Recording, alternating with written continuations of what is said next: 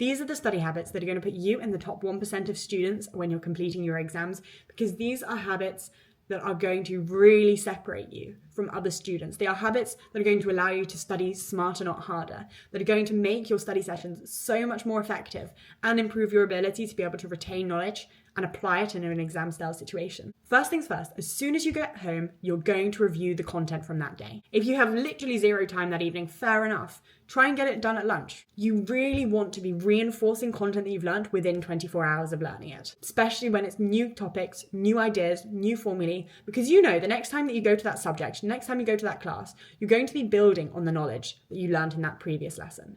And if you've not actually reviewed it, you will have forgotten roughly 50% of that content. You can't allow that to happen. Always review within the first 24 hours, because then you're going to find it so much easier to build on that knowledge. And it's going to mean that when it comes to revising for exams, you don't have to spend as long actually sat down learning content. You will already know the content, so you'll only have to focus on applying it to exam questions. And that puts you ahead of almost every other student in your class who has not been reviewing, because they are going to need to start from scratch. They're going to have forgotten the stuff that they learned in previous lessons because it was so long ago, how could I possibly remember? Because they weren't reviewing. But you are going to review. The second thing that you are going to do is you're going to start every study session with the hardest thing. This is something that is really hard to begin doing because you feel like, I don't want to do this hard thing. It's really difficult. If I did this other task, I'd get that done a lot quicker.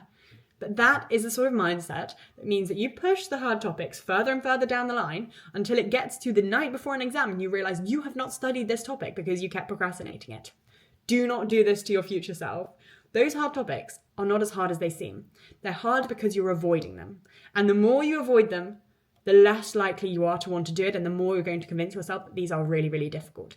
You're going to get around that. You're going to do something called eating the frog, and that means every time you sit down to study, you're going to think, what is the hardest thing that I've got to do today?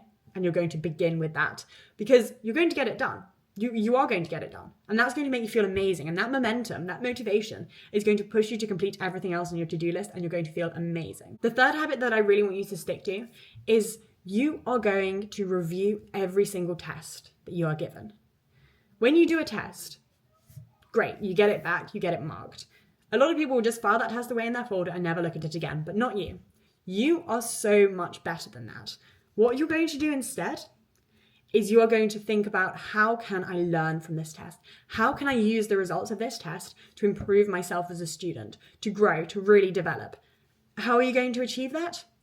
Well, what you're going to do is you're going to have a look at the questions, separate them. What did you get correct? What did you get incorrect? For those questions that you did get correct, make sure that you got the entire methodology correct.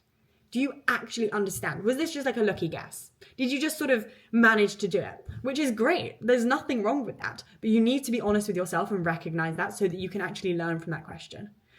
Because if it was a lucky guess and you don't go back to it and you don't actually review it, then the next time you see a similar question, you might not remember whether your lucky guess was correct. And you might get it wrong the next time.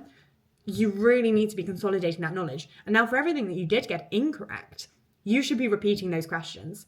You should be having a look at the mark scheme. Okay, where exactly did I go wrong? Where exactly was the flaw in my understanding? Do I not understand a certain principle? Do I not understand how to apply a certain equation? Or do I not understand the definition of a certain word? Why did you actually get it wrong? You need to test yourself on that and really think critically and crucially be honest. This is helping no one else. This is only helping you. You are doing yourself a disservice if you're not honest with yourself. So really think about where you went wrong. And then once you've done that for the whole test, review all of the questions that you got wrong and note down those topics that you did get the questions wrong in. What was so difficult about them? Note down the question number and where it came from as well, so that further on in your revision, perhaps the night before a test, you're going to be able to go back to these questions and repeat them to make sure that all of the revision that you've done in the interim had actually helped and you do know how to answer it. And if you did get it wrong again, then at least you will be able to get those concepts into your short-term memory the night before the test. That's it. Those three habits that sound so simple, they are going to put you in the top 1% of students. And you might be sat there thinking, oh, well, they're easy, I probably do them anyway. Unless you're consciously doing all three of these things, you're not just doing them anyway. That's why they sound so easy. Because everyone knows that these are things that they should be doing, but they don't do them. And if you actually take action to do these things, That is how you're going to be such a noticeably better student and get such noticeably better grades, because you're going to be putting in the effort now.